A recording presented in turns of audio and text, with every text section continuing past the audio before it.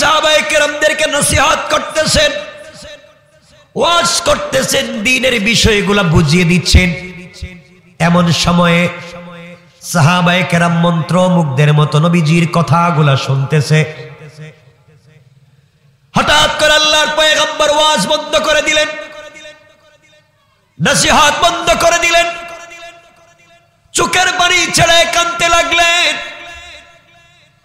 সাহাবায়ে কেরাম জিজ্ঞাসা করলেন, ইয়া রাসূলুল্লাহ, ইয়া হাবিবাল্লাহ, আল্লাহর পয়গম্বর হঠাৎ করে আপনি এমন কি হয়েছে যার কারণে আপনি ওয়াজ বন্ধ করে দিলেন? আপনার কথাগুলা মন্ত্রমুগ্ধের মতো শুনছিলাম, আপনার কথাগুলা শুনে দুনিয়া ভুলে গিয়েছি, জান্নাতের কথা স্মরণ হয়েছে।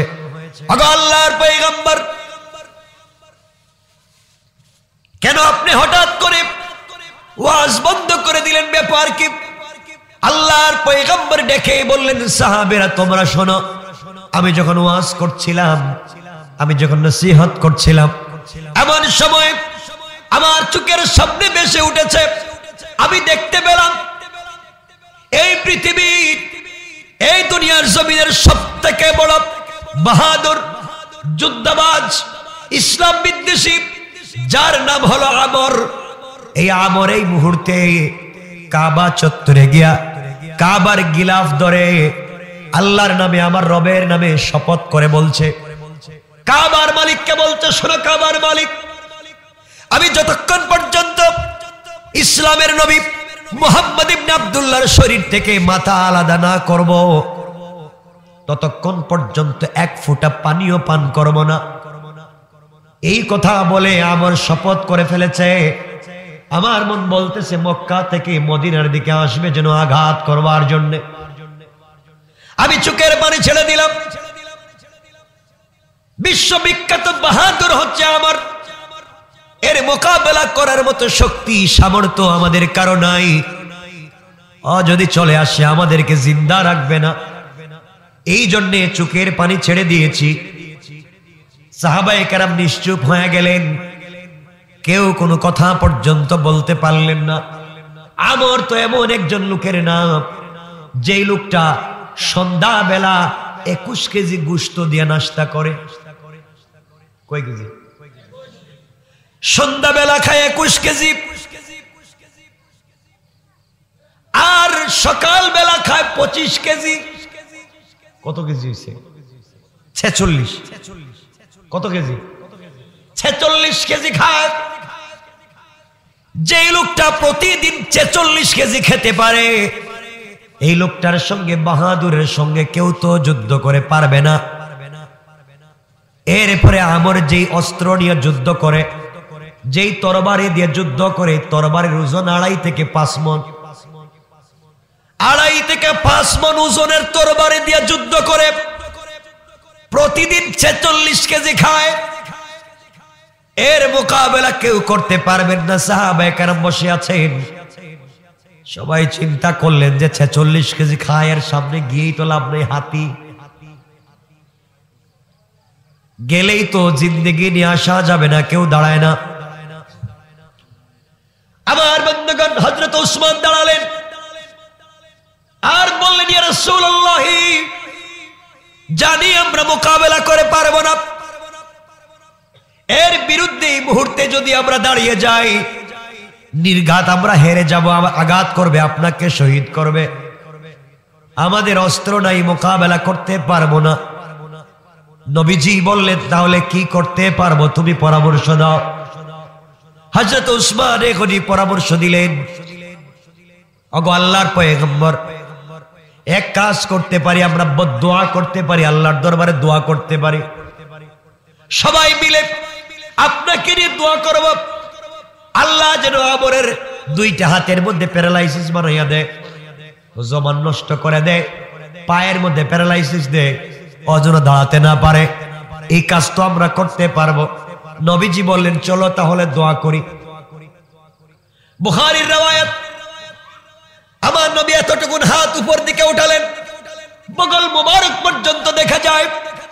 এত উপরে হাত উঠাইয়া বলতে চাইলেন, আয় আল্লাহ তাআলা, তুমি আমরের 2টা হাতকে কি করো? প্যারালাইসিস বানাও, এ কথা বলেন নাই।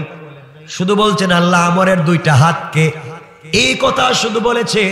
আল্লাহ পাক জিবরিল আমিনকে পাঠাইয়া দিয়েছেন, যারে জিবরাইল যা বন্ধুর কাছে যা, আর আমরের নাম বলছে প্যারালাইসিস বলার আগে আয়াত নাজিল কর, যা পৌঁছে যাও। জিবরিল আমিন হাজির হয়ে গেলেন, আমার নবীকে থামাইয়া দিলেন আর বলেন ইয়া রাসূলুল্লাহ দোয়া থামান। আল্লাহ নিষেধ করেছেন, আয়াত শুনেন।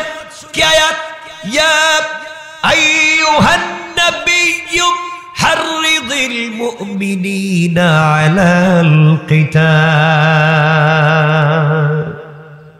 আগো আল্লাহর পয়গম্বর আয়াত শুনেন। আল্লাহ বলেছেন এই দুই হাত আপনাকে শুধুমাত্র দোয়া করার জন্য আল্লাহ দেন নাই। এই দুই হাত দিয়ে দোয়া করবেন, বদদোয়া করবেন, এই জন্য আল্লাহ দেন নাই। আল্লাহ বুঝাতে চেয়েছেন এই দুই হাতের আরো অনেক কাজ আছে। আপনার কাজ হলো এই মুহূর্তে দোয়া করলে কাজ হবে না। যে তরবারে নিয়ে আসতেছে এই মুহূর্তে আপনি সেই হাত দিয়ে তাকে বাধা দেওয়া লাগবে। শুধু দোয়ার মাধ্যমে দিন জিন্দা হবে না, মোকাবেলা করতে হবে। সুতরাং আপনি সারাদিন দোয়া করেন, আল্লাহ বলছেন কাজ হবে না, মোকাবেলা করেন। এই আয়াত নাজিল হয়ে যাওয়ার পরে আমরা দোয়া করে হাত কি করি? মুখে মাসে করি না। আল্লাহ রাসূল দোয়া করা অবস্থায় হাত ছাইড়া দিলেন। সাহাবায়ে কেরাম চিন্তায় পড়ে গেলেন, এমন দোয়া তো জিন্দেগিতে দেখলাম না। দোয়া তো করে মুখ মাসে করে, আজকে দেখে হাত ছাইড়া দিলেন। নবীজি দোয়াতে অর্ধেক বলছিলেন আল্লাহ আমরের হাতকে, ওখানেই দোয়া শেষ। সাহাবায়ে কেরাম বলছেন ইয়া রাসূলুল্লাহ এখন থেকে কি দোয়া করে হাত মুছবো নাকি ছাইড়া দিব? নবীজি বলছেন মুসার কথাও বলি নাই, ছাইড়া দেওয়ার কথাও বলি নাই। আল্লাহ তো দোয়া করতে নিষেধ করেছেন। আল্লাহ বলছেন এই হাত শুধু দোয়ার জন্য দেন নাই, এই হাত দিয়েছেন যেখানে হারাম থাকবে ওখানে বাধা দিতে হবে। কোন ঠিক কিনা? আপনার গ্রামে সুদ খায়, সুদ খাওয়ার লোক নাই বলে? সুদ দেওয়ার মতো লোক আসেনি? এই লোক ঋণে সমাজে চলেন কেমন? যে সুদ খায়, সুদ দেয়, ও তো মায়ের সাথে জিনা, মায়ের সাথে জিনার চাইতে বড় গুনাহ করে। কথা বলেন না কেন? যে লোকটা মায়ের সাথে জিনা করার চাইতে বড় গুনাহ করে, এমন লোকরে বানানো মসজিদের সভাপতি, এমন লোকরে বানানো মসজিদের সেক্রেটারি।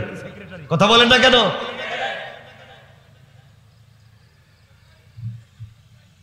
আমার বন্ধুগণ কথাগুলো শুনেন। আল্লাহ রাসূল হাত নামায় দিলেন, কিন্তু হাত নামায় দিলে হবে কি? আমার ভাইরা এক পর্যায়ে সাহাবায়ে কেরামকে বলছেন, সাহাবায়ে কেরাম তোমরা শোনো, তাহলে একটা কাজ করো, এই মুহূর্তে কে আছো আমরের মোকাবেলা করতে পারবে? আমার বন্ধুগণ এক পর্যায়ে সকল সাহাবীরা চিন্তা করলেন 46 কেজি খায়, তরবারির ওজন 5 মণ, এর বিরুদ্ধে যুদ্ধ করে জিন্দেগি দেওয়ার দরকার নাই। কেউ যখন দাঁড়ালেন না, নবীজি বললেন কে আছো আমরের মোকাবেলা করবা, যুদ্ধ করবা? কেউ দাঁড়ায় না। হঠাৎ করে পিছন দিক থেকে একটা তরুণ ছোট্ট বাচ্চা দাঁড়ায় গিয়ে বলছে ইয়া রাসূলুল্লাহ আমাকে আপনি পাঠাইয়া দেন, আমি রাজি। তাকায়া দেখেন এই লোকটার কেউ না, সে হচ্ছে রাসূলের আপন চাচাতো ভাই হযরতে আলী। সুবহানাল্লাহ পড়ে। হযরতে আলী বয়স মাত্র 11। রাসূল বলেন ইজলিস, বহ বহ।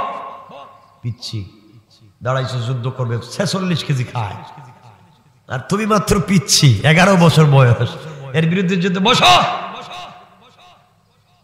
বসে গেছেন। হযরতে আলী বসে গেলেন। কথা অনেক মনে পড়ে, অনেকগুলো বিষয় মনে পড়ে, সংক্ষেপ করে করে সামনে যাই। এই হযরতে আলী বসে গেলেন। নবীজি আবার বললেন কে আছো? আরেকবার দাঁড়াইয়া যাও, মোকাবেলা করবার জন্য কে আছো? কেউ যখন দাঁড়ায় না, দীর্ঘক্ষণ পরে হযরতে আলী আবার দাঁড়ায়া বলেন ইয়া রাসূলুল্লাহ আমারে পাঠান। নবীজি বলেন আলী তুমি বসো, তুমি ছোট মানুষ, পারবা না। আলী মানুষ ছিলেন খাটো, বেটে মানুষ। খাটো মানুষ বুঝেন তো? আপনাদের কি বলেন এলাকায়? বাইচ্চা, বাইচ্চা, যে খাটো। তো আলী ছিলেন খাটো। আমাদের মা ফাতেমা রাদিয়াল্লাহু তাআলা আনহার চাইতে প্রায় 1 হাত বাড়তি ছিলেন। প্রায় এত বাট্টি আলী। আমাদের দেশে যদি এমন কোন বউ জামাই পাইতো যে জামাই বাইটা বউ লম্বা, তোমারে নিয়া দরকারে রিস্কার ড্রাইভারে নিয়া কুলাউড়া বাজারে যাইব, তোমারে নিয়ে যাইতাম না, ঠিক কিনা বলেন? হযরতে আলীকে নিয়ে তো হযরতে ফাতেমা চললেন, ওখানে লম্বা ইতিহাস। আর বিয়ের ইতিহাস তো অনেক মজার ইতিহাস, সেদিকে যাব না। আমার বন্ধুগণ, হযরতে আলী, বিশ্ব নবী আলীকে বসায় দিলেন, আলী বসে যাও। 3 নাম্বার আমার নবীজি বললেন, কে আছো দাঁড়াইয়া যাও, মোকাবেলা করার জন্য দাঁড়াও। কে আছো আমরের বিরুদ্ধে মোকাবেলা করবে? কেউ যখন দাঁড়ায় না, রাসূল পাক সাল্লাল্লাহু আলাইহি ওয়াসাল্লাম দেখলেন কেউ দাঁড়ায় না। পিছন দিক থেকে আবার হযরতে আলী দাঁড়ায় গেলেন। এবার বিশ্ব নবী 2টা হাত মোবারক বড় করে দিলেন আর নিজে দাঁড়িয়ে গেলেন। আর বলেন, আলী তুমি আর দাঁড়িয়ে থাকবা না, এই মুহূর্তে তুমি আমার কলিজার সঙ্গে আসো, বুকের সঙ্গে বুক মিলাও, আমার বুকের মধ্যে তুমি চলে আসো। এই কথা বলে আলীকে ডাক দিলেন, বুকের সঙ্গে জড়ালেন, কপালে চুম্বন করলেন আর বললেন, আলী রে, কেউ যখন আসতে চায় না, কেউ মোকাবেলার জন্য যেতে চায় না, তুমি বারবার দাঁড়াও কেন? আলী বললেন, ইয়া রাসূলুল্লাহ, আপনি আল্লাহর পয়গম্বর, আমি আপনার চাচাতো ভাই, আমি বেঁচে থাকতে কোনো কাফের যদি আপনার মোকাবেলার জন্য চলে আসে, আপনাকে আঘাত করে, আমি আশিক রাসূল প্রমাণ করতে পারবো না। আমি আশিক রাসূল, এমন আশিক রাসূল হতে চাই আপনি পৃথিবীতে বেঁচে থাকবেন, আর আমি আলী যদি 1 লক্ষ বার পৃথিবীতে জীবিত হই, আমি আপনার জন্য জীবন দিতে রাজি। ইয়া রাসূলুল্লাহ, আপনি আমি আলীকে পাঠান, যুদ্ধের জন্য আমি যাই। নবীজি বললেন, আলী রে, এই লোকটার সামনে 5000 লোক যদি দাঁড়ায়, কেউ মোকাবেলা করে পারে না, কেউ তার বিরুদ্ধে যুদ্ধ করে পারে না, তুমি কেমনে তার সঙ্গে পারবে? তুমি ছোট মানুষ। আলী বললেন, ইয়া রাসূলুল্লাহ, আমি টেনশন করতে পারি না, যেই জায়গায় আল্লাহ রাব্বুল ইজ্জত ওয়াল জালাল আছেন, আর আপনি যেখানে দোয়া করবেন, আমার বিশ্বাস 2 বন্ধু যেখানে আছে ওই জায়গায় আমার কোনো চিন্তা নাই। আলী জানাইয়া দিলেন, ইয়া রাসূলুল্লাহ, আপনার কি মনে নাই? কি বিষয়?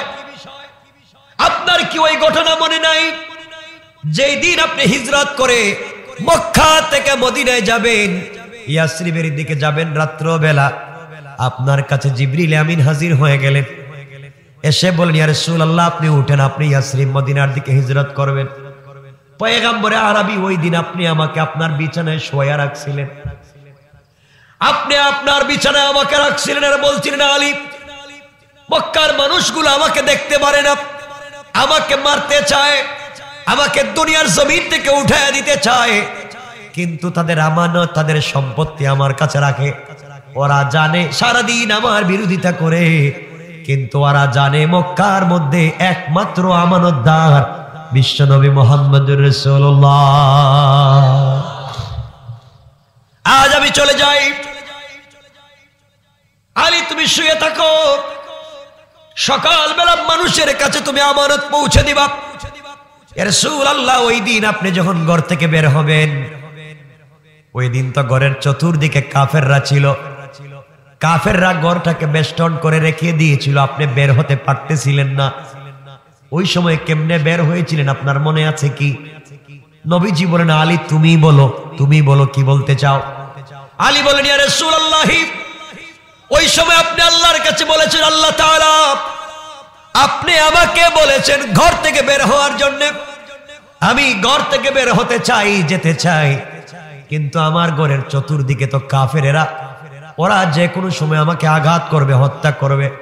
আল্লাহ রাব্বুল ইজ্জত ওয়াল জালাল জানাইয়া দিয়েছিলেন, বন্ধুরে, তোমার কাজ হচ্ছে ঘর থেকে বের হয়ে যাওয়া, আর তোমার গোটা জিন্দেগির জিম্মাদার স্বয়ং আমি আল্লাহ।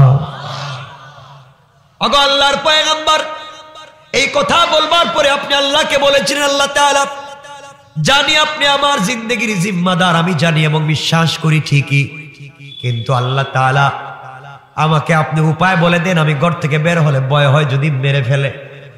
ওগো পয়গম্বরে আরবি, ওই সময় আল্লাহ আপনাকে বলেছিলেন, বন্ধুরে, ঘরের কর্নার থেকে ঘরের কোন জায়গা থেকে কঙ্কর নেও, বালি নেও, এক মুষ্টি বালি, কঙ্কর অথবা পাথর হাতে নেও, নিয়ে কাফেরদের উপরে নিক্ষেপ করো।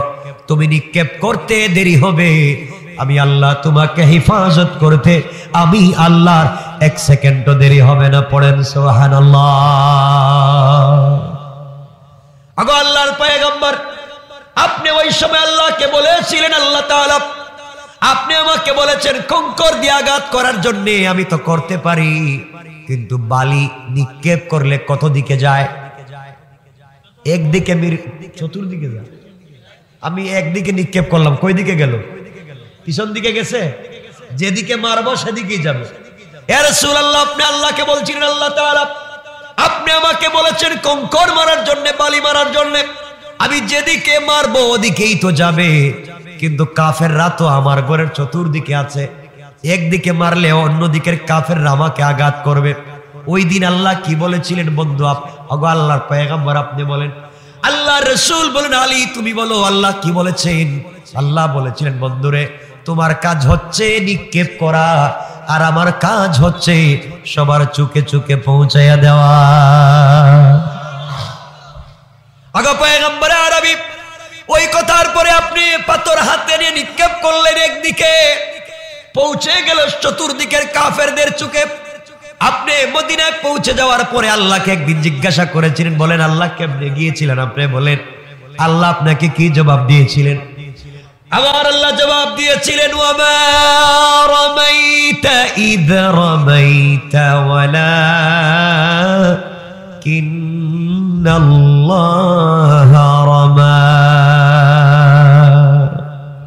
আল্লাহ রাব্বুল ইজ্জত ওয়াল জালাল বলে দিলেন, আল্লাহ বললেন, বন্ধুরে তুমি যখন নিক্ষেপ করেছিলে তুমি মনে করেছো তোমার হাত দিয়া, তখন যখন তুমি পাথরগুলো নিক্ষেপ করেছো তখন ওটা তোমার হাত থাকে নাই, ওটা হয়ে গিয়েছিল স্বয়ং আমি আল্লাহর হাত, আর আমার হাত দিয়া কাফেরদের চুকে চুকে পৌঁছে দিয়েছি। কোন সুবহানাল্লাহ, আল্লাহু আকবার।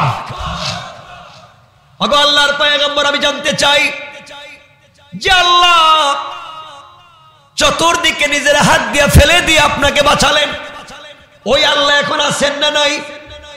আল্লাহর পয়গম্বর বললেন, আলী আছেন তো।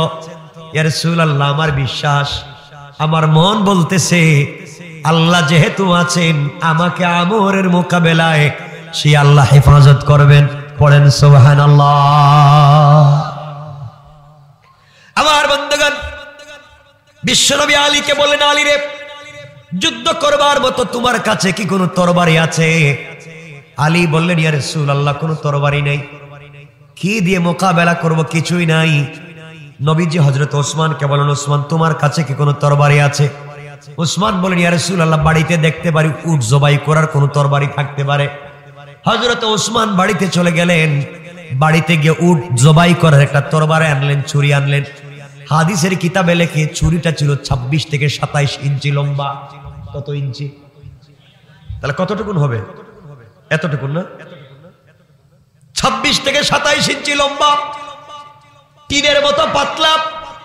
আল্লাহর রাসূলের হাতে দিলেন, নবীজি হাতে নিলেন আর বললেন, ওসমান এটা পাতলা একটা 26 থেকে 27 ইঞ্চি তরবারি, তা দিয়ে মোকাবেলা করবে 2.5 থেকে 5 মণ ওজনের তরবারির মোকাবেলা।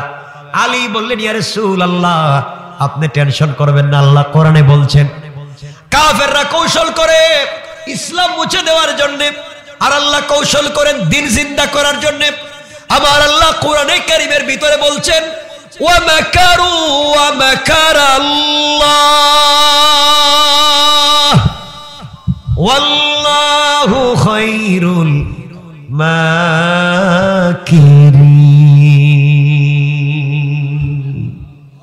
পয়গম্বর আরবি দুনিয়ার কাফেররা কৌশল করে দিনটাকে মুছে দেওয়ার জন্য, আর আমার আল্লাহ কৌশল করেন দিনটাকে প্রতিষ্ঠা করার জন্য।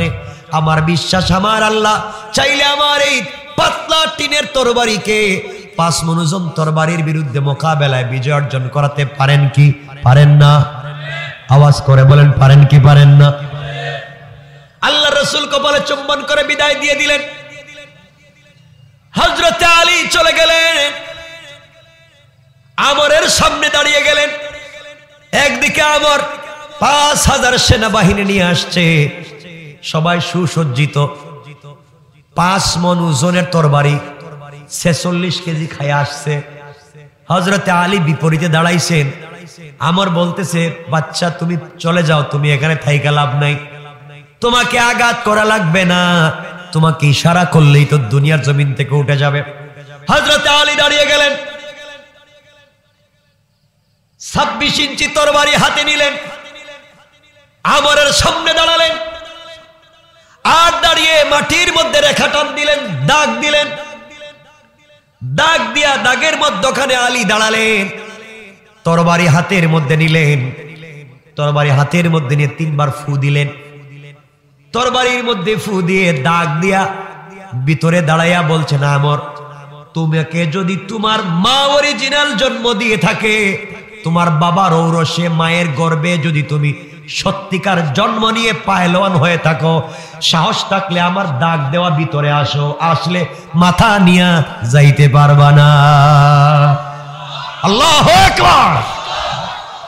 আমার চিন্তায় পড়ে গেছে, কয় কি পিচ্ছি ছেলে, কয় কি দাগ দিয়া দাগের ভিতরে আমার ডাকে, কয় সংক্ষেপ করবো, কষ্ট হচ্ছে আপনাদের? একটু হাত উঠে বলেন কার কার কষ্ট হচ্ছে দেখি। এত লোকের কষ্ট।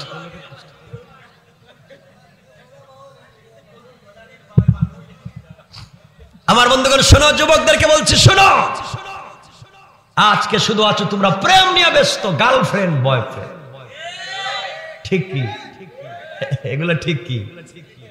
এগুলো ভালো জিনিস? এই প্রেম বাদ দাও। যেই মেয়ের প্রেমে পড়েছো, ওই মেয়ের চামড়া হয়তো ডিজাইন করা, এক্সট্রা অর্ডিনারি করা, স্টাইলিস্ট, অনেক চমৎকার, বিউটিফুল তার গলার আওয়াজ, তা দেখে তুমি প্রেম করেছো। বুকা যুবক, তুমি জানো না আজকে রাত্রে যদি তোমার চাইতে সুন্দর টাকাওয়ালা আরেকটা আমেরিকা ব্রিটেনের ছেলে পায়, তোমাকে সকালবেলা আউট করে দেবে। মনেই রাখবে না, ভুল জায়গায় প্রেম করছে। না মিথ্যা বলছি? এগুলো ভুল না, কিন্তু রবও প্রেম করেন, এই কথা বলবো আমি সুযোগ মতো ইনশাআল্লাহ। রবও প্রেম করেন। আমার রব, আমার আল্লাহ বলছেন, গোলাম তুই একটা মেয়ের সাথে প্রেম করে রাত্রবেলা ঘুমাস না, সারা রাত্র টুনি আর টুনা, শুধু কথা কয়, আসে সারা রাত, আসে জপতেছে, তসবিহ পড়তেছে, সারা রাত শেষ, প্রেম ভালোবাসা নিয়ে ব্যস্ত। ভাই তুমি জানো না, তুমি যেই মেয়ের প্রেমে পড়েছো, আজকে যদি মেয়েটা মরে যায়, 72 ঘন্টার ভিতরে মেয়ের চামড়ার থেকে বের হবে পোকা। বলেন না? বোন, তুমি যেই ছেলের টাকা পয়সা দেখে, এডুকেশন দেখে তুমি প্রেমে পড়েছো, তুমি জানো না, তুমি জানো না ওই ছেলে তোমাকে রাইকা হয়তো অন্যের সঙ্গে পরকীয়াও করতে পারে। কথা বলেন না কেন? পারে না? পারে। কিন্তু আল্লাহ বলেছেন, গোলাম তোমাদের সব প্রেম ভুয়া, তুমি মরো, কবরে যাও, কসম আল্লাহ পাকের জাতের, তোমার কবরে কেউ যাইতে চাইবে না। না যাইতে চাইবে? বউ, থ্যাংক ইউ, বহুত দিন ছিলাম, এখন আমি অন্য একজন খুঁজে দেখি পাইনি। সব ভুলে যাবে তোমাকে। রব বলেছেন, গোলাম আমি তোকে আমার হাত দিয়ে বানাইছি, দুনিয়ায় যা বানাইছি কোন ফায়া কোন, আসমানকে বলছি ফায়া কোন, আসমান হয়ে গেছে, জমিনকে বলছি কোন, ফায়া কোন হয়ে গেছে, লৌহ কলম আরশ কুরসি চন্দ্র সূর্য যা বানাইছি কোন, তো হয়ে গেছে। গোলাম তোকে এভাবে বানাই নাই, তোকে বানাইছি আমার হাত দিয়ে। সুবহানাল্লাহটা পড়েন না একটু জোরে।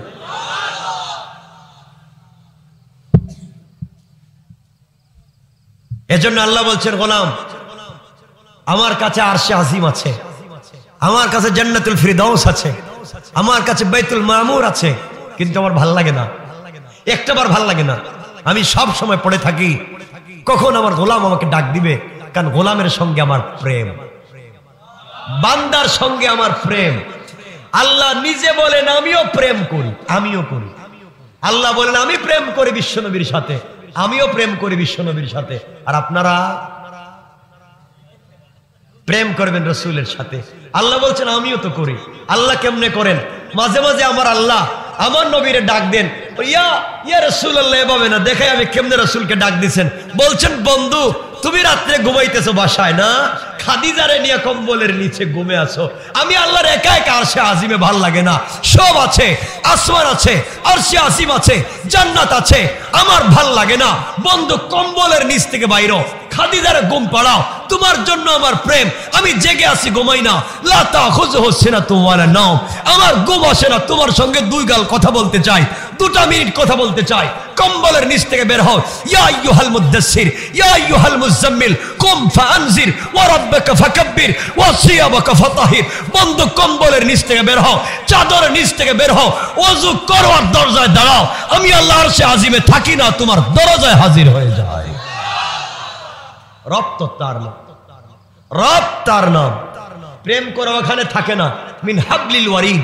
আল্লাহ বলে আমি তোর গলার রোগের চাইতে আরো কাছে হাজির হয়ে যায়।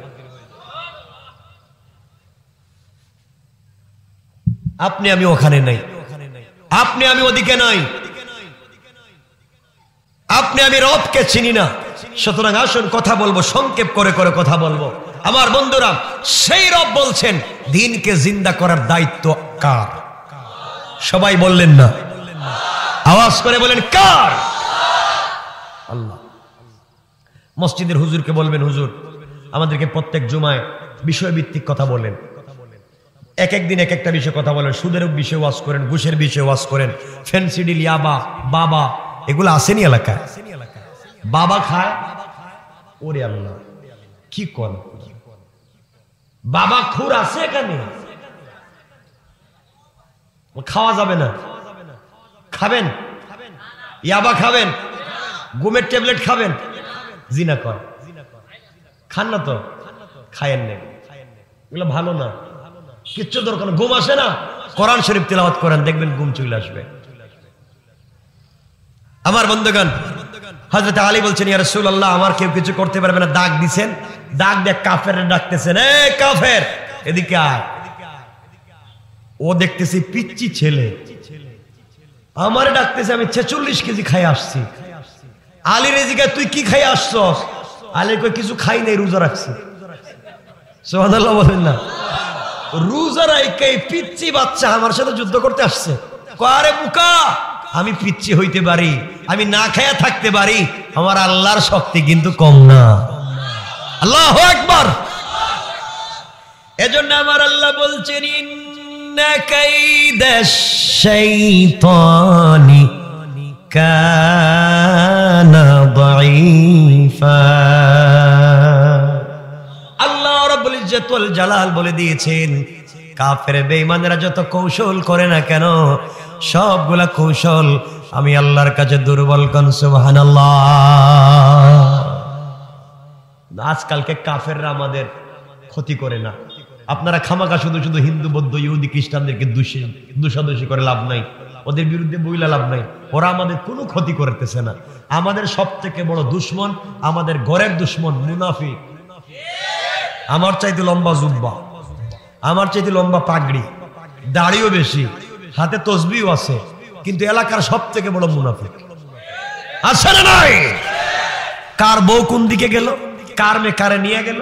আমি প্রত্যেকের এলাকায় তো ছোট ছোট মিনি সংসদ ভবন আছে না? কইটা চার দোকান, চার দোকান গুলো বসলে সংসদের সব খবর এখানে পাইবে, সব পাইবে, সব এখানে হয়। আমার বন্ধুগণ,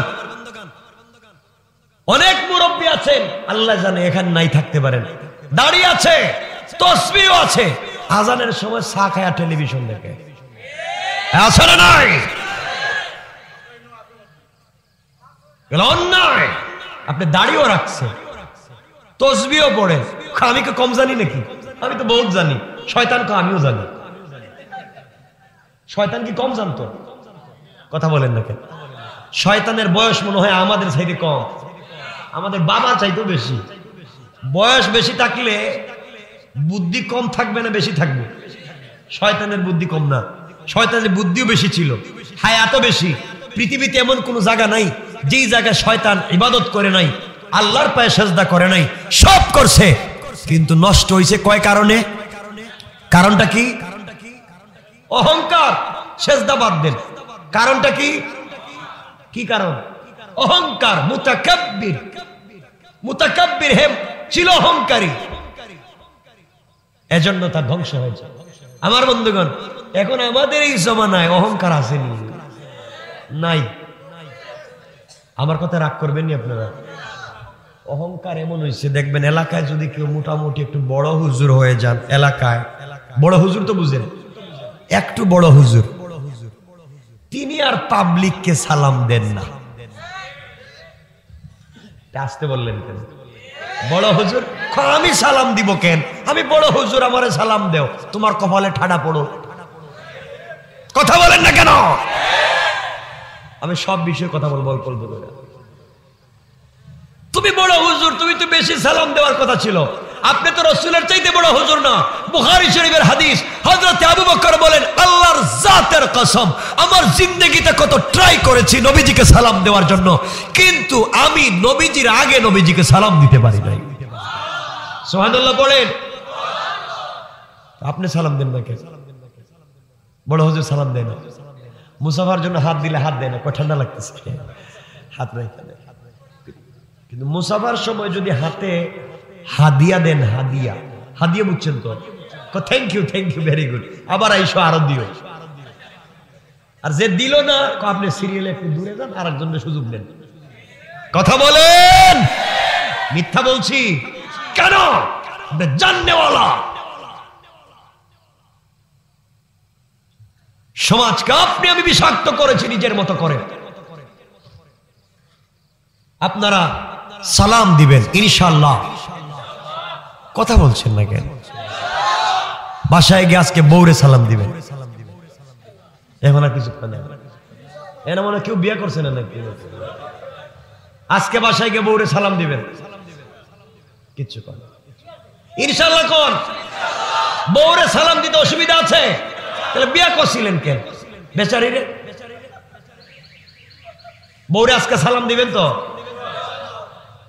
বলবেন, বউ আসসালামু আলাইকুম, বিউটিফুল, খুব স্মার্ট, তুমি খুব সুন্দরী বলবেন। হাসতেছে, আর আমি রসুলের কথা বলতেছি। রসুল মাঝে মাঝে বলতেন, আয়েশা মাশাআল্লাহ তোমাকে খুব সুন্দর লাগতেছে। আমাদের মাকে বলতেন, কিন্তু কাপড়টা সুন্দর করে পরতে পারো নাই, তুমি আমার কাছে আসো, আমি মুহাম্মদ মানে বিশ্ব নবী খুব সুন্দর শাড়ি পরাইয়া দিতে পারি, কাপড় পরাইয়া দিতে পারি, তোমাকে আমি কাপড়টা পরাইয়া দিই। সুবহানাল্লাহ বলেন। আপনারা বউরে দিচ্ছেন নি? দেন। আপনারা তো বউরে পারবেন না দিতে, পাশের বাড়ির ভাবিরে দিতে পারবেন। দোষ তো অন্য জায়গায়।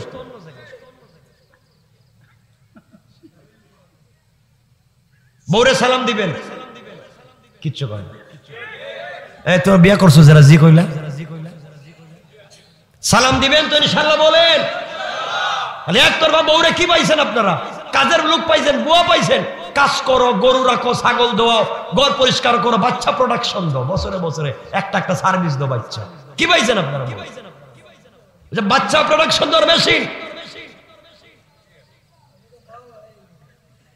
কি শুরু করছেন আপনারা সমাজে? মহিলাদেরকে সম্মান দিতে শিখেন। বউরে সালাম দিবেন ইনশাআল্লাহ বলেন। মাঝে মাঝে বউর টুটে লিপস্টিক লাগাই দিবেন, জিনা কয়। খরচ বাড়াইতেছি, গার্লফ্রেন্ডের পিছনে বছরে 50,000 খরচ করো, আর বউরে দিতে পারো না। বউরে ঠিক লিপস্টিক দিবেন, দিবেন তো লাগাইয়া। মাঝে মাঝে নৌকে মেহেদি লাগাইয়া দিবেন, মেহেদি দিবেন, ডিজাইন করবেন, অর্নামেন্টস দিবেন, জুয়েলারি দিবেন, স্টাইলিস্ট করবেন। মাঝে মাঝে চুল বেনি করে দিবেন, কিচ্ছু করে ইনশাআল্লাহটা করবেন। বউরে দিবেন না? বউরে দিবেন, চুল আছড়াইয়া দিবেন, মাঝে মাঝে লিপস্টিক দিবেন, মাঝে মাঝে শার্ট পরাইবেন, প্যান্ট পরাইবেন না। আরে শার্ট প্যান্ট পরা তো কুলাওড়া মার্কেটে দিতে বলি নাই। শার্ট প্যান্ট ডিজাইন করবেন, একবার স্টাইলিশ চমৎকার আকর্ষণীয় করবেন শুধু আপনার সামনে। কথা বলেন না কেন? বউকে যদি চমৎকার করে নিজের সামনে উপস্থাপন করেন তো অন্য মেয়ের দিকে আর রাস্তায় বের হয়ে তাকাবেন না, ঠিক কিনা বলেন? বউরে দেখতে ভালো লাগে না, সেজন্য রাস্তা বাইরে অন্যদিকে তাকান। ওজন নিজের স্ত্রীকে নিজের কাছে সুন্দর বানাবেন। কিন্তু আমাদের মা বোনরাও তো খারাপ, এরা দেখবেন যত দামি দামি ড্রেস আছে এগুলা মার্কেটে গেলে বিয়ে শাদিতে গেলে এগুলা পরে, আর স্বামীর সামনে হই ছেঁড়া ময়লা পাকঘরের দুর্গন্ধ সব আইসা শুয়ে পড়ছে। ঠিক কিনা বলেন? এটাও ঠিক না। কিন্তু এজন্য সব ঠিক মতো চালাতে হবে, সমাজকে সুন্দর করতে হবে। এজন্য আল্লাহর ওয়াস্তে সালাম দিব, বউকেও সালাম দিব আজকে থেকে। স্ত্রীর রান্না করা তরকারি মাঝে মাঝে বলবেন যে মাশাআল্লাহ বউ তোমার হাতের রান্না অনেক চমৎকার, অনেক মজা লাগে, অনেক স্বাদ আছে। ইনশাআল্লাহটা বলেন। বউ রান্না করা তরকারি প্রশংসা করলে 10টা সওয়াব, 10টা। এগুলাতে নাই আপনারা। আল্লাহ আমাদেরকে হিদায়াত দান করুক, বেশি বেশি করবার তৌফিক দান করুক। স্ত্রীদেরকে নিয়ে মাঝে মাঝে ঘুরতে যাইবেন একা একা। বউদেরকে সময় দিবেন। বিয়ে করে তো কামলা বানায় করে রেখে দিছে, এগুলো ইসলামের আদর্শ না।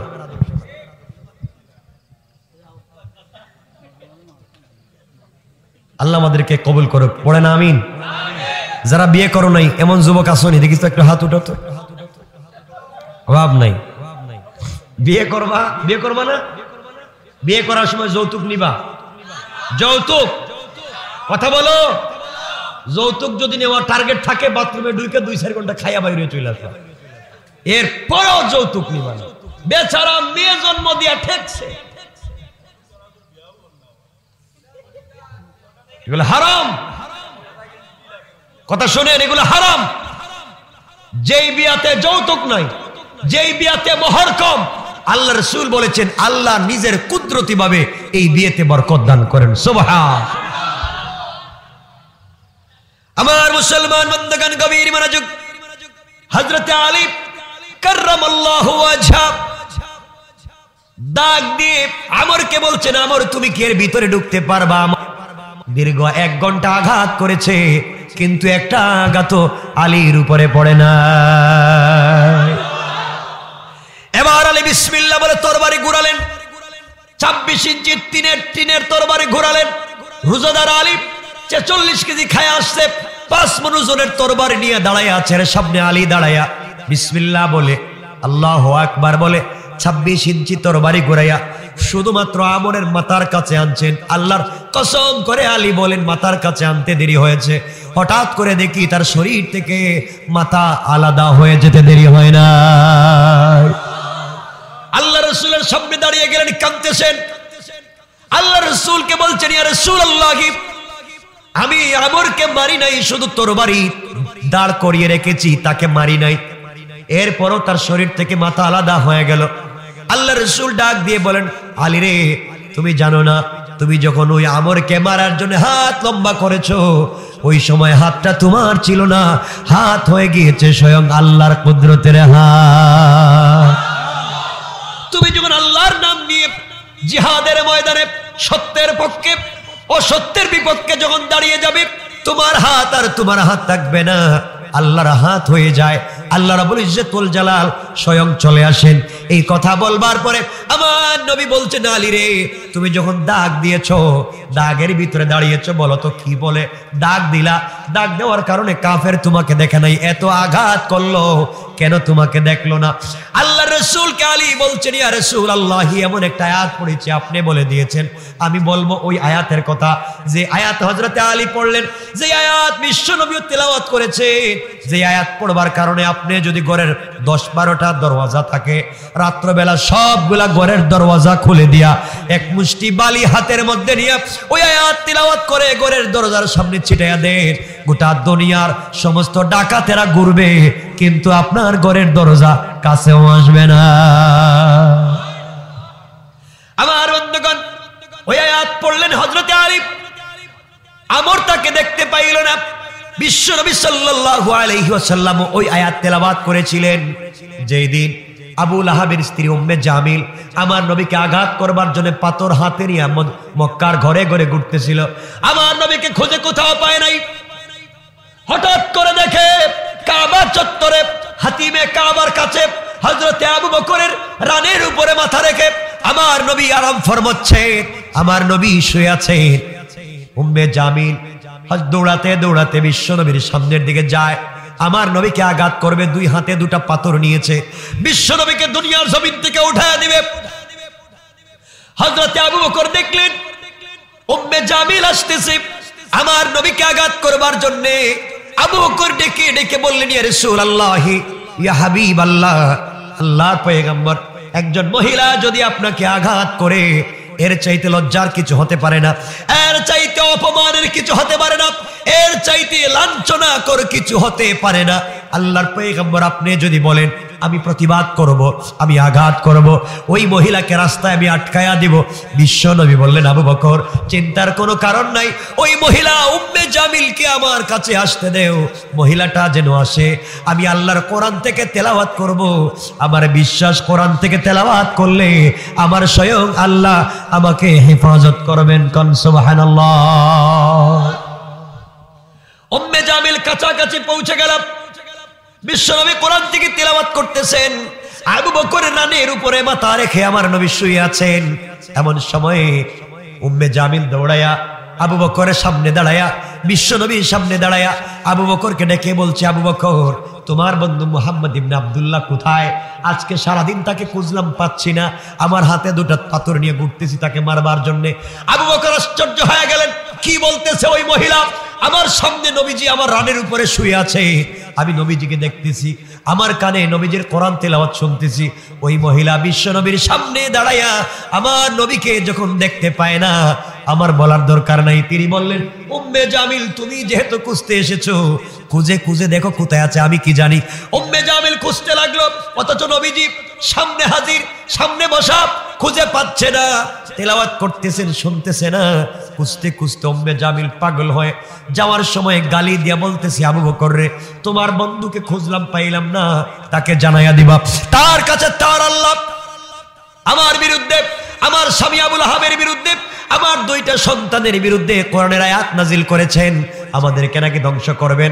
দুটা পাথর নিয়ে ঘুরতেছিলাম, তাকে হত্যা করবার জন্য, খুঁজে পাইলাম না, জানাইয়া দিবা, মক্কার কোথাও যদি তাকে একা পাই তাকে হত্যা করব। হুমকি দিয়া ওই জায়গা থেকে চলে যাচ্ছে। উম্মে জামিল যখন দূরে চলে গেল, হযরত আবু বকর বিশ্ব নবীকে জড়ায়া ধরলেন, চোখের পানি ছেড়ে কাঁদলেন, আর ডেকে ডেকে বললেন, ইয়া রাসূলুল্লাহ, আপনি বলেন তো, আমি আপনাকে দেখি, আপনার তেলাওয়াত আমি শুনি, উম্মে জামিল আপনার সামনে দাঁড়ায় আপনাকে দেখলেন, এর কারণ কি? আল্লাহর পয়গম্বর বললেন, আবু বকর রে, আমি কোরআন থেকে ছোট্ট একটা আয়াত তেলাওয়াত করেছি, আল্লাহ বলেছেন ওই আয়াত যদি তেলাওয়াত কখনো কেউ করে আর তার বিরুদ্ধবাদী দুশমন যদি তার সামনে চলে আসে, ওই আয়াতের বরকতে আমার আল্লাহ তার আর কাফের আর আমার মধ্যখানে দুশমন, বেঈমান আর মুসলমানের মধ্যখানে পার্টিশন সৃষ্টি করে দেবেন। কোন সুবহানাল্লাহ। আমার আল্লাহ কোরআনে কারীমের ভিতরে বলছেন, হিজাবাম মাসতুরা, কেউ যদি ওই আয়াত তিলাওয়াত করে ফেলে, কোন ডাকাতের কবলে পড়ে যায়, দুশ্মনের কবলে পড়ে যায়, দরজা খুলে রাত্রবেলা বালি ছিটাইয়া ঘুমিয়ে যায়, গোটা এলাকা ডাকাতি হয়ে গেলেও ওই আয়াত তেলাওয়াতের কারণে, ওই আয়াতের বরকতের কারণে ওই ঘরে আর ডাকাত ঢুকবে না। আবু বকর ডেকে বললেন, ইয়া রাসূলুল্লাহ, ওই আয়াতটা কি আপনি আমাকে জানায়া দেন, আমিও তেলাওয়াত করব। আমার নবী বললেন, আবু বকর, ওই আয়াত আর কোনো আয়াত না, ওই আয়াত হলো আয়াতুল কুরসি। আল্লাহু আকবার। আমরা এভাবে আমল করতে পারি, পারি কি পারি না? কথা বলেন, পারি কি পারি না? ইনশাআল্লাহ বলেন, সবাই বলেন ইনশাআল্লাহ। এজন্য কি করা লাগবে? দ্বীনের পথে চলা লাগবে, 5 ওয়াক্ত নামাজ পড়া লাগবে, হালাল খাওয়া লাগবে, হারাম থেকে বাঁচা লাগবে।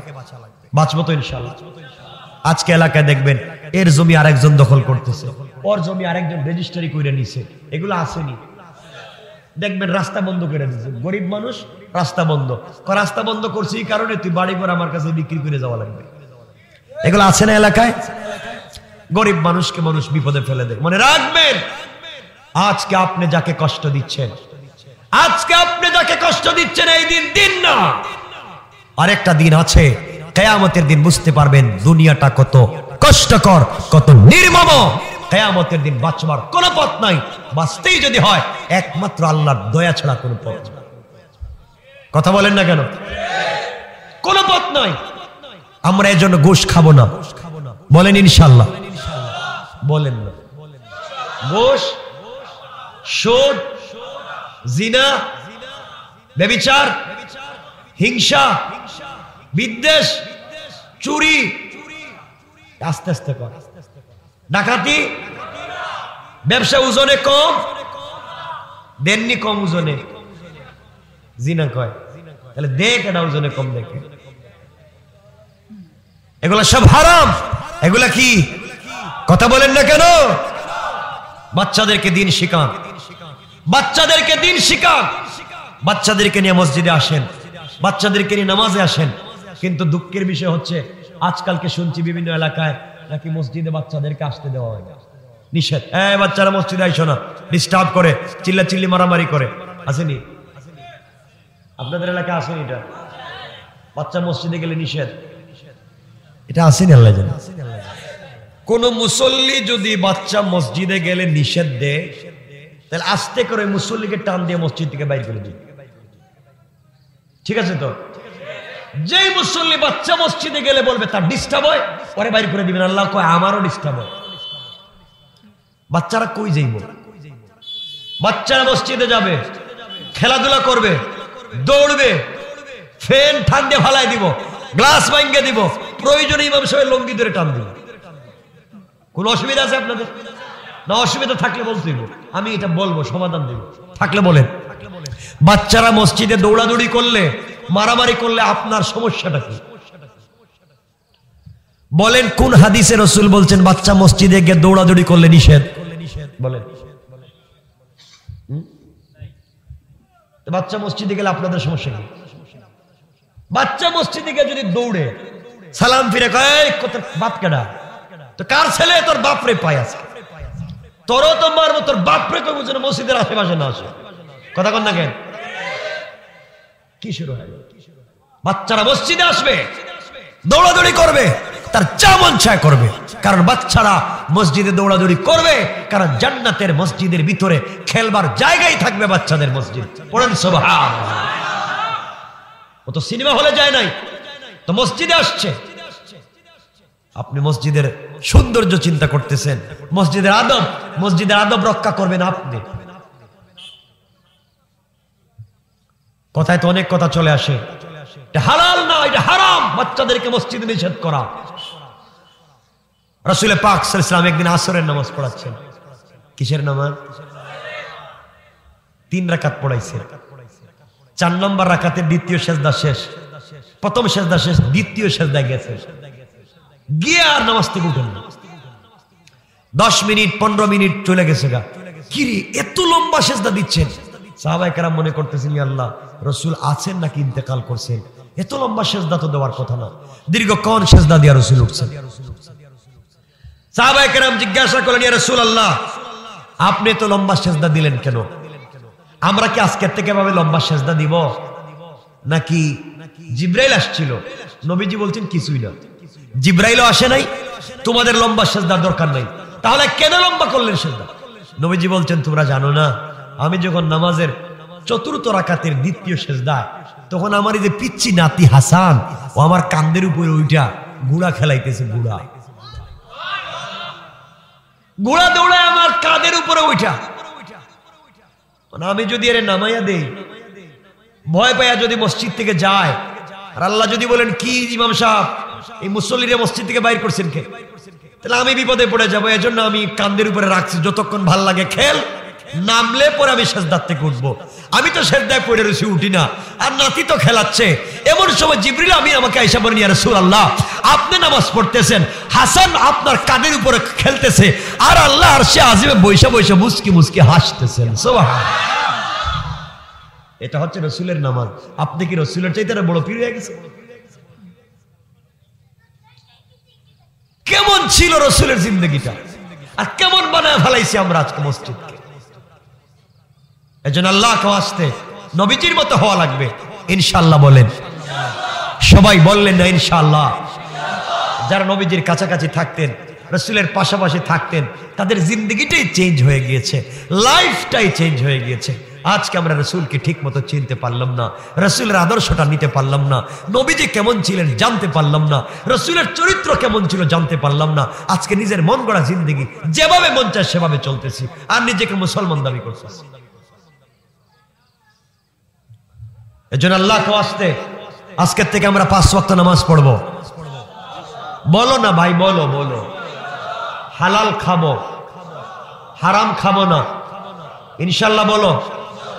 আমরা সবার হক আদায় করব, সন্তানের হক আদায় করবেন, স্ত্রীর হক আদায় করবেন, মা বাবার হক আদায় করবেন। আজকালকে তো সন্তান মাকে মা ডাকে না, বাপকে বাপ ডাকে না, বাপকে বলে বুড়া। কথা বলেন নাকি? বাপরে বলে কি?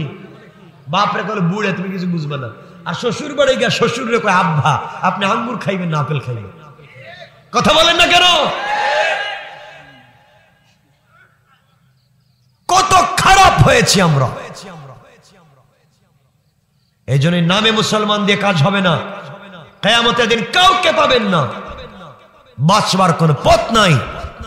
একটা নেকির জন্য যদি কিয়ামতের দিন আটকা পড়েন, জাহান্নাম ছাড়া বাঁচবার কোনো পথ নেই। এজন্য একটা নেকির জন্য চেষ্টা করেন, ইনশাআল্লাহ। ইনশাআল্লাহ বলেন। আমার বন্ধুগণ, একটা নেকির জন্য যদি কিয়ামতের দিন আটকা পড়েন, কেউ আপনাকে সহযোগিতা করবে। এখানে কথা বলতেছি তো ডিস্টার্ব হয়, একটু বলবেন কেউ? এই যেখানে চিল্লায় না, একটু বইলা দিন শুধু, যেন এখানে না কথা বলে। ভাই আপনাদের কষ্ট হচ্ছে? আমি খুব লম্বা করবো না, 10:10 হয়ে যাচ্ছে। আমার মুসলমান বন্ধুগণ, গভীর মনোযোগ। আল্লাহর পয়গম্বরের প্রিয় সাহাবীদের চরিত্র কেমন ছিল শুনো মুসলমান। কিয়ামতের দিন যদি বিপদে পড়ে যাও, কেউ তোমাকে হেফাজত করবে না, কেউ রক্ষা করবে না। কিয়ামতের দিনে এক গোলামকে আল্লাহ বলছেন হিসাব দাও। গোলাম আল্লাহর সামনে হিসাব দেওয়ার জন্য দাঁড়িয়ে যাবে।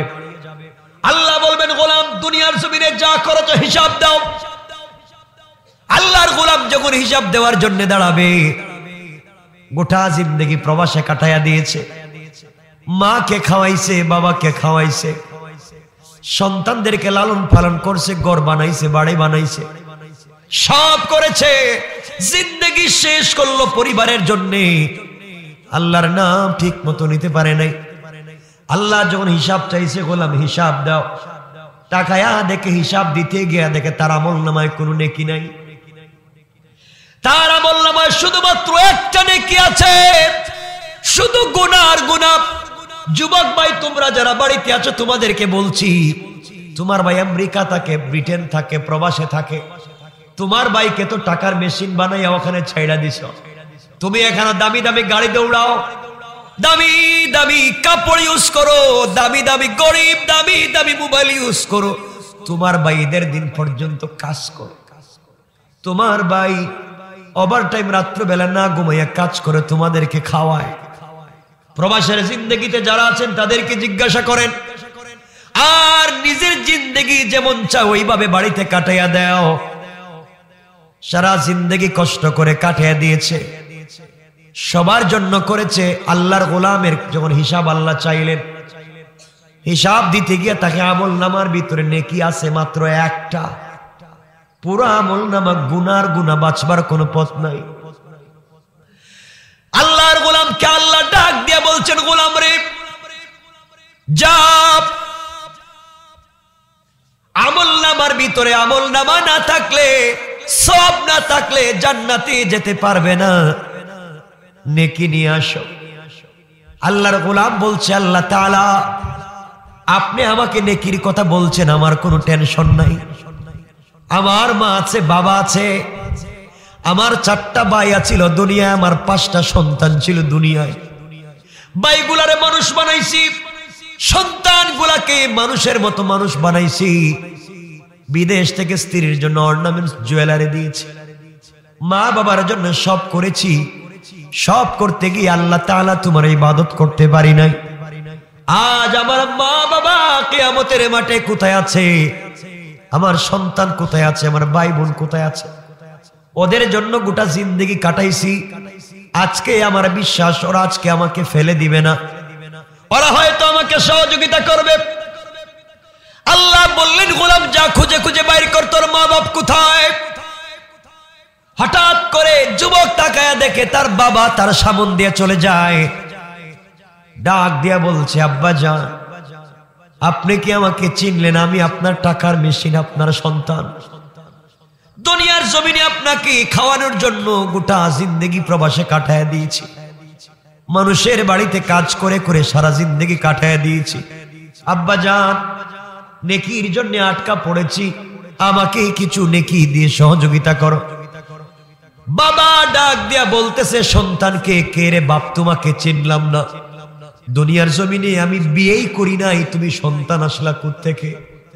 বাপ তোমাকে অস্বীকার করবে। সন্তান আফসোস করে বলবে আব্বা জান কিয়ামতের দিনে তুমি আমাকে চিনলা না, আজকের দিনে তুমি আমাকে ভুলে গিয়েছো। দৌড়াইয়া সামনের দিকে যাবে। সামনের দিকে যাওয়ার পরে দেখবে মাকে দেখা যায়। মায়ের কাছে গিয়ে বলবে আম্মা জান একটা নেকি আমার লাগবে, কিছু নেকির জন্য জাহান্নামে যাই, তুমি আমাকে কিছু সহযোগিতা করো, নেকি দিয়ে সাহায্য করো, গোটা জিন্দেগি তোমার জন্য কাটাইয়া দিলাম। মা বলবে বাবারে দুনিয়ার জমিনে আমার কোনো সন্তান ছিল না, আমি সন্তান পেটে নেইনি। এইভাবে সবাই অস্বীকার করবে, সন্তানকে বাবা অস্বীকার করবে, বাবাকে সন্তান অস্বীকার করবে, মা সন্তানকে অস্বীকার করবে। এই যুবকটা দৌড়ায়া দৌড়ে সামনের দিকে যাবে, গিয়ে দেখবে নিজের স্ত্রী চলে যায়।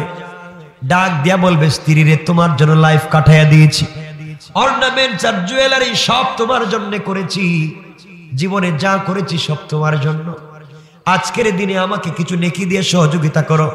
স্ত্রী ডাক দিয়া বলবে যুবককে তুমি আমাকে স্বামী পরিচয় দিচ্ছ, আমি দুনিয়ার জমিনে কোনো ছেলেকে বিয়ে করি নাই, তুমি স্বামী আসলা কোত্থেকে? এইভাবে স্ত্রী অস্বীকার করবে। লম্বা কথা সংক্ষেপ করে বলি, সন্তানের কাছে যাবে, সন্তান বলবে আমাদের বাবাকে চিনি না, তোমার চেহারার মতো আমাদের বাবার চেহারা ছিল না। এই লোকটা দৌড়াতে থাকবে, আহারে যাদের জন্য হায়াতে জিন্দেগি কাটাইয়া দিলাম, যাদের জন্য ঠিক মতো নামাজ পড়ার টাইম পাইলাম না, যাদেরকে খাওয়ানোর জন্য ওভার টাইম কাজ করেছি, আজ আমার সন্তান আমাকে চিনতে পারে নাই, আমার মা বাবা আমাকে পরিচয় দেয় নাই, আমার স্ত্রী আমাকে পরিচয় দেয় নাই। আল্লাহ কোরআনে বলছেন ইয়াউমা ইয়াফিরুল মারউ মিন আখিহি ওয়া উম্মিহি ওয়া আবিহি ওয়া সাহিবাতিহি ওয়া বানি। কেউ কাউকে চিনবে না, কেউ কাউকে পরিচয় দিবে না। আল্লাহর গোলাম কাঁদতে কাঁদতে পরিশান হয়ে আল্লাহ কি ডাক দিয়া বলবে আল্লাহ যাদের জন্য জিন্দেগি কাটাইয়া দিয়েছি, যাদের জন্য নিমক হারামি করছি তোমার সাথে, নামাজ পড়ি নাই, সঠিক পথে চলতে পারি নাই, হারামে হালালে মিলাইয়া আমি টাকা ইনকাম করে সন্তানদেরকে পড়াইছে, আয় আল্লাহ সবাই আমাকে ভুলে গিয়েছে, এখন আমি কোথায় যাব? আমার যে যাওয়ার জায়গা নাই। আল্লাহর গোলাম কাঁদতে কাঁদতে বসে গিয়েছে কিয়ামতের মাঠে, আর আল্লাহকে ডাক দিয়ে বলছে আল্লাহ সবাই যদি ভুলে যায়, তুমি তোমার বান্দাকে ভুলে যাওয়ার কথা না, আমি এখন কোথায় যাব? আমার যে কেউ নাই। কাঁদতেছে, বসে বসে কাঁদতেছে। আরেকজন গোলামকে আল্লাহ হিসাবের জন্য ডাক দিয়েছেন, আসো। হিসাব দিয়েছে, হিসাব আমল নামা হাজিরি করে মিজানে উঠাইয়া দেখা যায় সব সমান সমান, সওয়াব যতটুকুন গুনাহ ততটুকুন, আমল নামা সমান সমান হয়ে গিয়েছে। আল্লাহ বলছেন গোলাম গুনাহ করেছো যতটুকুন, নেকিও করেছো ততটুকুন, আমল নামা সমান সমান হয়ে গিয়েছে। জান্নাতে যদি যেতে চাও কমপক্ষে একটা নেকি লাগবে, একটা সওয়াব লাগবে। একটা নেকি যদি তোমার আমল নামায় দেওয়া যায়, তোমার নেকির পাল্লা ভারী হয়ে যাবে, তুমি জান্নাতে চলে যাইবা। খুঁজে দেখো তো কিয়ামতের মাঠে কেউ কি তোমাকে একটা আমল দেয়? আল্লাহর গোলাম বলবে আল্লাহ তাআলা এই দুনিয়ায় আমার অনেক ছিল, একটা আমল নামা দেওয়ার মতো লোক কি নাই? অনেক আছে, অনেক দিবে, অনেক আছে, গোলাম যখন একটা আমল নামা খুঁজবার জন্য বের হবে, আগের যুবককে যেইভাবে তার সন্তান, মা বাবা, স্ত্রী, পুত্র সবাই জবাব দিয়েছে, আল্লাহর গোলামটাকেও সেই অভাবেই জবাব দিয়েছে। আল্লাহর গোলাম ঘুরতে ঘুরতে সবার কাছে যায়, বন্ধুদের কাছে যায়, বন্ধুদেরকে ডাক দিয়া বলছে, বন্ধুরে তোমাদের আড্ডায় থেকে জিন্দেগি নষ্ট করেছি, একটা নেকি দিয়ে আজকের দিনে আমাকে সহযোগিতা করো। কেউ যখন দিতে চায় না, একটা নেকি কেউ যখন দিতে চাইবে না, কেউ দিবে না, আল্লাহর গোলাম কাঁদবে আর বলবে, আল্লাহ তাআলা কোথায় যাব, কি করব, একটা নেকি লাগবে, কেউ তো দিল না। আমার বন্ধুগণ, আল্লাহর গোলাম রাস্তা দিয়ে দৌড়ায় আর আল্লাহকে বলতেছে, আল্লাহ তাআলা একটা নেকি চাইলাম, কেউ দিল না। আর ওই বান্দার আছে মাত্র একটা নেকি, আর তার শুধু গুনাহ আর গুনাহ। রাস্তায় এসে ওই গোলামের সঙ্গে তার দেখা, আল্লাহর ওই গোলাম ডাক দিয়া বলছে, বাইরে তুমি এখানে বসে বসে কি চিন্তা করো আর কান্না করো কেন? ওই গোলাম বলতেছে, ভাই আমার আমল নামার ভিতরে গুনাহ ছাড়া কোনো সওয়াব নাই, শুধু গুনাহ আর গুনাহ। একটা মাত্র নেকি আছে, আত্মীয় স্বজন বন্ধু বান্ধব অনেকের কাছে গিয়েছি, কেউ আমাকে দিল না, এই জন্য এখানে বসে বসে কাঁদতেছি। একটা নেকি ওঠা নিয়ে তো আমি জান্নাতে যেতে পারবো না, তুমি কেন হাঁটো? আল্লাহর ওই গোলাম বলছে, বাইরে আমার আমল নামার মধ্যে নেকি লাগবে মাত্র একটা, আমার তো সওয়াব আর গুনাহ সমান সমান। আল্লাহ বলছেন, একটা যদি নেকি হয়ে যায় আমার নেকির পাল্লা ভারী হয়ে যাবে, জান্নাত দিবেন। একটা নেকির জন্য ঘুরেছি, কেউ আমাকে নেকি দেয় নাই। আল্লাহর ওই গোলাম বলছে, ভাই তোমার নেকি লাগবে একটা, আর আমার কাছে আছে মাত্র একটা, ওই একটা নেকি দিয়ে যেহেতু আমি জান্নাতে যেতে পারবো না, আমার পুরো আমল নামায় গুনাহ আর গুনাহ, জান্নাতে যাওয়ার সুযোগ নাই, সুতরাং তোমার একটা নেকি হলেই যদি জান্নাতে যাওয়া যায়, আমি তো জাহান্নামে থেকে গেলাম, তুমি আমার একটা নেকি নিয়ে যাও, আমার বিশ্বাস এর বিনিময়ে তুমি জান্নাতে চলে যাবে। কোন সুবহানাল্লাহ। বাইরে নিয়ে আসেন, আমি দেরি করবো না, মানুষের মনে কষ্ট হচ্ছে, বুঝতেছেন না? 10:30 হয়েছে, আর কতক্ষণ চালাবো? 2 ঘন্টা হয়েছে না? 3 ঘন্টা? তাইলে আজকে রাত্রেই থাকুন, সারা রাত। কি বুঝাতে চাই শোনেন আমার বন্ধুগণ, গভীর মনোযোগ। আল্লাহর পয়গম্বর ডাক দিয়ে বলছে, বাইরে তোমার নেকি লাগবে মাত্র একটা, আমার আছে মাত্র একটা, এক নেকি নিয়ে জান্নাতে যাওয়ার সুযোগ নাই, তুমি আমার নেকিটা নিয়ে যাও, আমার বিশ্বাস এর বিনিময়ে তোমাকে আল্লাহ মাফ করে দিবেন। আল্লাহর গোলাম নেকি নিয়ে দৌড়ে আল্লাহর সামনে হাজির। আল্লাহ তাআলা নেকি নিয়ে আসছি, আপনি আমারে জান্নাত দেন। আল্লাহ বললেন, গোলাম রে নেকি নিয়ে আসছো, তোমাকে জান্নাত দেব, আগে জানতে চাই তোমাকে নেকিটা দিছে কে? 10:40 পর্যন্ত কে দিয়েছে বলো? তোমার মা কয় না, বাবা না, স্ত্রী না, সন্তান না, বন্ধু বান্ধব না, কেউ দেয় নাই, কেউ দিল না, তোমার দিল কে? আল্লাহ তাআলা। রাস্তার মধ্যে কিয়ামতের মাঠে এক গোলাম কাঁদতেছে, তার নেকি আছে একটা আর গুনাহ আমার লাগবে একটা, ও আমাকে দিয়ে দিয়েছে, বলছে আমি যেন জান্নাতে যাই। আল্লাহ ডাক দিয়া বলছেন, আমার নাম হলো আজিজুল গফফার, আমার চাইতে বড় আর গফফার কেউ নাই, আমার চাইতে দাতা পৃথিবীতে কেউ নাই। কিয়ামতের মাঠে একটা নেকি দিয়ে সাহায্য করে কে এত বড় দাতা সাজতে চায়? এই যুবকটাকে আমার কাছে নিয়ে তুমি হাজির হও। আল্লাহর গোলাম দৌড়াইয়া ওই যুবকের কাছে গিয়ে বলছে, বাইরে আল্লাহ তোকে বলছেন যাওয়ার জন্য। গোলাম এবার সিজদায় পড়ে কান্না করে ডাক দিয়া বলছে, আল্লাহ আগে তো আমার আমল নামায় একটা নেকি ছিল, এখন তো তাও নাই। আয় আল্লাহ তাআলা, তুমি আমাকে ডাক দিয়েছো, আমার তো বাঁচবার কোনো পথ নাই, আমার আমল নামা শুধু কালো আর কালো। একটা ছিল, একজনকে দিয়েছি, আমাকে কেন ডাকাও? চোখ বন্ধ করলে সামনেই তো জাহান্নামের আগুন দেখতেছি, পলসেরাতের ব্রিজে গেলেই তো পড়ে যাব। আমি এত বড় গুনাহগার, কাউকে খুঁজে পাচ্ছি না। আল্লাহর সামনে দাঁড়িয়ে যাবেন, আল্লাহ বলবেন গোলাম রে জাহান্নামে যাওয়া লাগবে, কিন্তু দুনিয়ার জমিনে ওয়াজ নসিহত শুনেছি তোমার নাকি অনেক বড় দয়া আছে, তোমার দয়া নাকি বিশাল, তোমার দয়ার সাগর নাকি বিশাল। আয় আল্লাহ তাআলা, আমার আমল নামা নাই, আমার আমল নামায় নেকি নাই, কিন্তু আমার দিলের ভিতরে তোমাকে বসায়া রাখছি। আল্লাহ, তোমার দয়া ছাড়া আমার আর কোনো পথ নাই।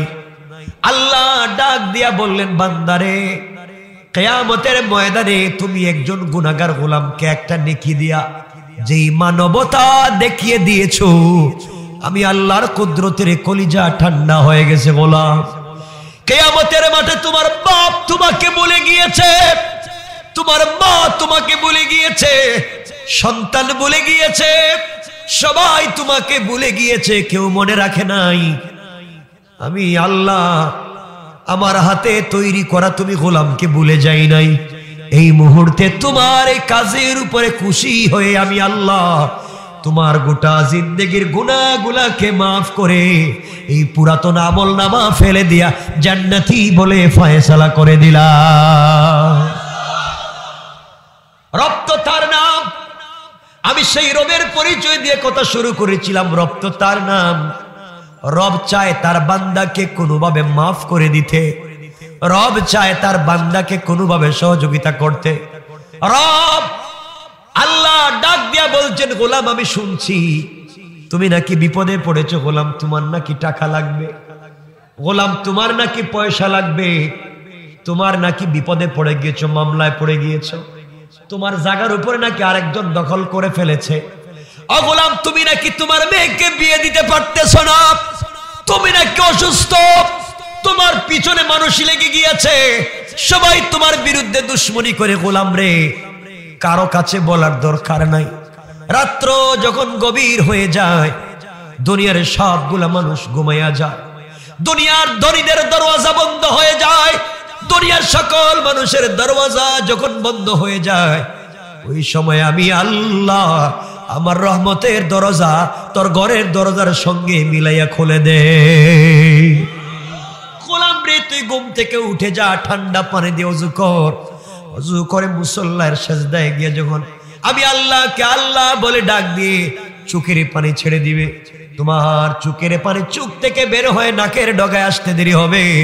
আমি আল্লাহ তোমাকে মাফ করে দিতে আমি আল্লাহর 1 মিনিটও দেরি হবে না। পড়েন সুবহানাল্লাহ।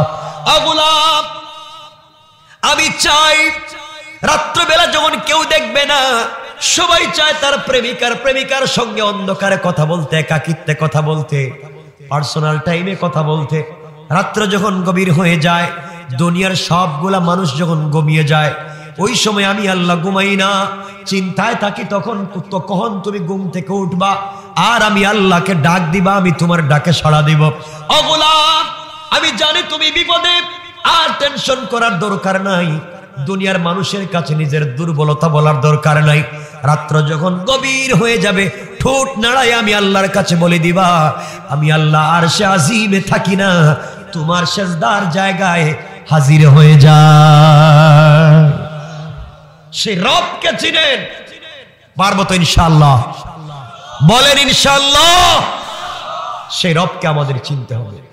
এই রব বলছেন, দুনিয়ার জমিনে যারা আমি আল্লাহর গোলাম দাবি করবে, আমি আল্লাহর গোলামের 4টা গুণ থাকবে, ওরাই আমার গোলাম হবে, আর কাউকে আমি গোলাম মনে করি না। সুতরাং আলোচনার শেষে এসে বুঝাতে চাই, যে গোলামের কথা আল্লাহ শুনবেন, এই গোলামের কোয়ালিটি কয়টা? আল্লাহ রাব্বুল ইজ্জত ওয়াল জালাল কোরআনে কারীমের 19 নম্বর পারা 25 নম্বর সূরা সূরা আল ফুরকানের 63 নম্বর আয়াত থেকে এই 4 কোয়ালিটি, 4 গুণ বলে দিয়েছেন, বান্দার গুণ। আমার আল্লাহ বললেন, ওয়া ইবাদুর রাহমানিল্লাযীনা ইয়ামশুনা আলাল আরদি হাওনা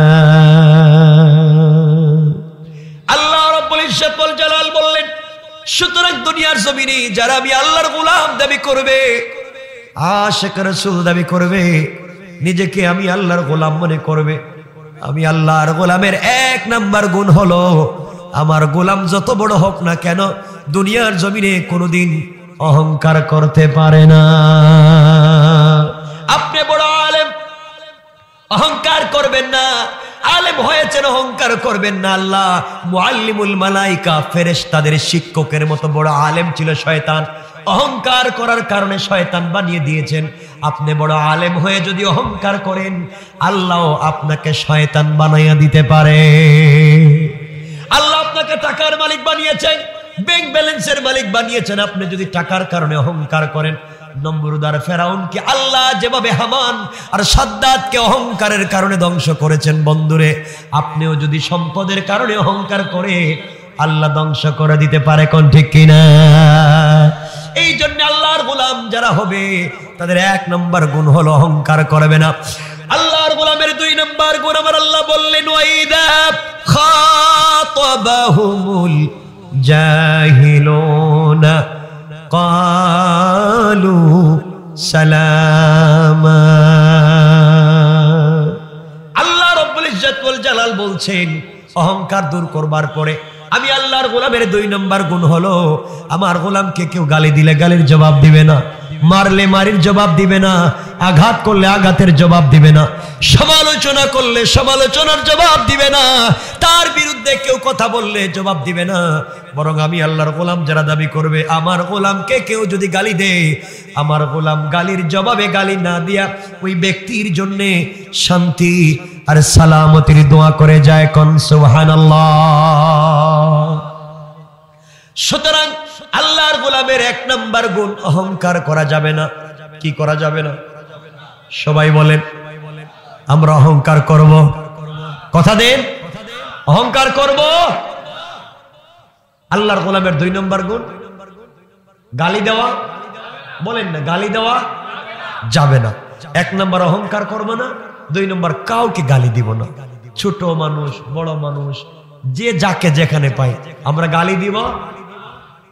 আল্লাহর গোলামের তিন নম্বর গুণ আবার আল্লাহ বলেছেন, ওয়াল্লাযীনা ইয়াবিতুনা লিরাব্বিহিম সুজদাও ওয়া কিয়ামা। আল্লাহ রাব্বুল ইজ্জত ওয়াল জালাল বললেন, আমি আল্লাহর গোলামের তিন নম্বর গুণ হলো আমার গোলাম বিপদে পড়ে গেলে সিজদা করবে আমি আল্লাহর পায়ে, রুকু করবে আমি আল্লাহর পায়ে। অর্থাৎ গভীর রাত্র হয়ে গেলে আমার গোলাম যখন ঝামেলায় পড়ে যাবে দুনিয়ার জমিনে, কারো কাছে বুক খুলে বলতে পারে না, মুখ খুলে নিজের দিলের কষ্টের কথা বলতে পারে না, আমার গোলাম রুকু আর সিজদায় গিয়ে যখন আমি আল্লাহকে বলবে, বলতে দেরি হবে, আমি আল্লাহ কবুল করতে দেরি হবে না। পড়েন সুবহানাল্লাহ। আল্লাহর গোলামের তিন নম্বর গুণ কি? রুকু সিজদা কার পায়ে? বলেন না। এক নম্বর গুণ অহংকার করা যাবে, দুই নম্বর গালি দেওয়া যাবে, তিন নম্বর রুকু সিজদা কার পায়ে? বলেন না সবাই, মানবেননি। কয়টা বলছি?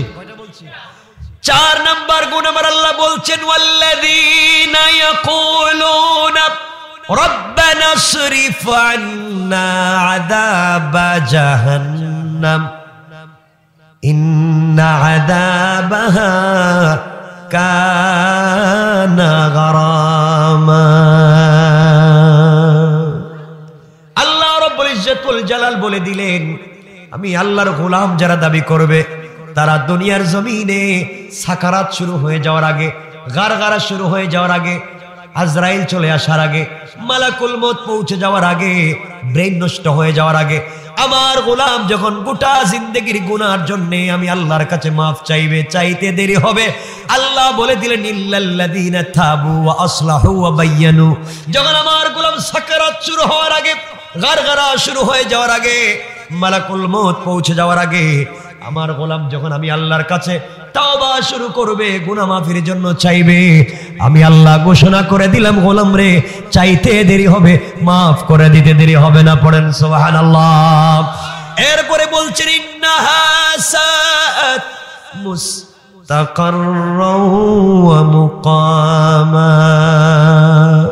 এই 4 গুণ যদি অর্জন করতে না পারো, অহংকার যদি ছাড়তে না পারো, গালি দেওয়া যদি বন্ধ করতে না পারো, সেজদা করা যদি না শিখো, সাকারাতের আগে তওবা করা যদি না শিখো, তাহলে 4 গুণ যদি অর্জন করতে না পারো, ইন্নাহা সাআত মুস্তাকাররাও ওয়া মুকামা, এমন জাহান্নামে তোমাদেরকে নির্ধারিত করে স্থায়ী করে দেব, যেই জাহান্নামের আযাব হবে নির্লজ্জ, যেই জাহান্নামের আযাব হবে একবারে অনন্তকালের জন্য চলবে। এই আযাব, এই শাস্তি একজন মানুষের পা থেকে মাথা পর্যন্ত জ্বালিয়ে দিবে, চামড়া জ্বালিয়ে দিবে, সব জ্বালিয়ে দিবে, কিন্তু তার মৃত্যু হবে না। এজন্যে আল্লাহ আমাদের সবাইকে আমল করার তৌফিক দান করুন। সবাই বলেন আমিন। কথা এখানে রেখে দিলাম। ভাই আসতেছে না, দোয়া করলে তো আপনারা উঠে যাবেন। দোয়া করব, কথা এখানে রেখে দিলাম। গুণ বলছি কয়টা বলেন না সবাই? আমার জন্য দোয়া করবেন, আপনাদের জন্য দিল থেকে দোয়া থাকলো।